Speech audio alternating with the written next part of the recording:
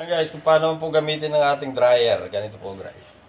Una po guys, bubuksan po natin dito sa ating tangke.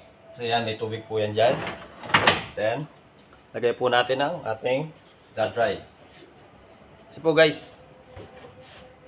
Tapos check din po itong ating filter. Ito po yung filter oh. Meron na po yung mga alikabok. Filter. Paano po yan i-setting? Ito yan po yung setting niya guys. Set na po yan. Mamili po tayo kung anong ilang oras. Meron po tayong mix load. Meron po tayong delicate. Meron tayong time program na nakalagay. Then, time program warm. Dalawa po yan. Time program cold. Then, pwede po natin siya paikutin. Pwede rin po siya dito sa super 40 1 kilo. Ayan po yan guys. Then, dito po sa towel 3 hours. 3 hours and 10 seconds. Tagal po yan. Meron din po siyang sportwear. Kasi ito po ginagamit po dyan sa trabaho. Kaya pwede po natin siyang set din sa sportwear.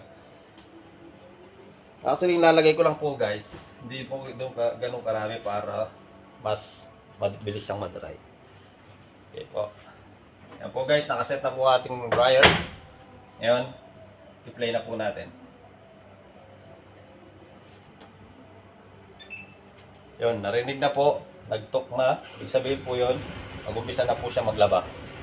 Okay guys. Punta po tayo sa kabilang dryer.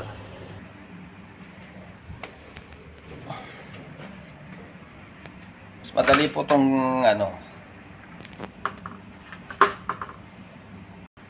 yan guys, nakaset na po yan sa 30 minutes. Pwede mo lipat ng 60 minutes saka 90 minutes. Nasa iyo kung ilang na lang. Nandiyan ang mga function niya. Temperature, high. Pwede din dito sa normal. Naka-on na ang kanyang complete fabric care para sa ating white Westinghouse. So, yan na po guys. Pwede na natin i-start. Mas madali po itong gamitin. May mga kesa doon sa kabila. Maraming kasing doon sa setup na. Yan guys, start ko na. Pag narinig na po ganyan, ibig sabihin ready to start na. Yan na, start na po siya. So, magsarap po tayo ngayon ng ating labayan guys. Dito naman sa kabila guys. Yan. Pwede ko na rin yan siyang iset. Pag yan na gano'n ng gano'n, ibig sabihin ready to sa operate. Mamili ka na lang kulang oras. Pero karamihan ginagamit ko ngayon dito ito munang mix loads kasi po siya para sa natin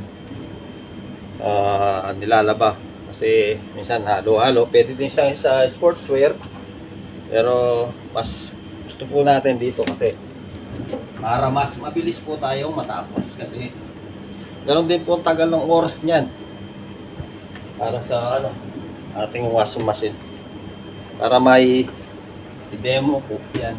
Yan po yan, ganyan po yan. Po yung pag-operate po yan dito sa trabaho. Then ito po yung ating sabon po yan guys dito. Open po dito yung sabon.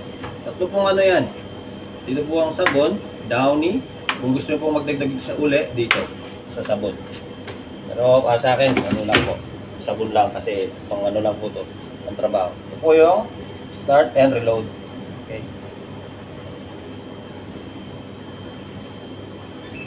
Yan po, narinig na po. Start na po mag-work. Yan. Yan po guys. Yan po, nakita na po yan. Start na po yan. Iikot na po yan. Okay, maraming salamat po. Nandito na lang ating video.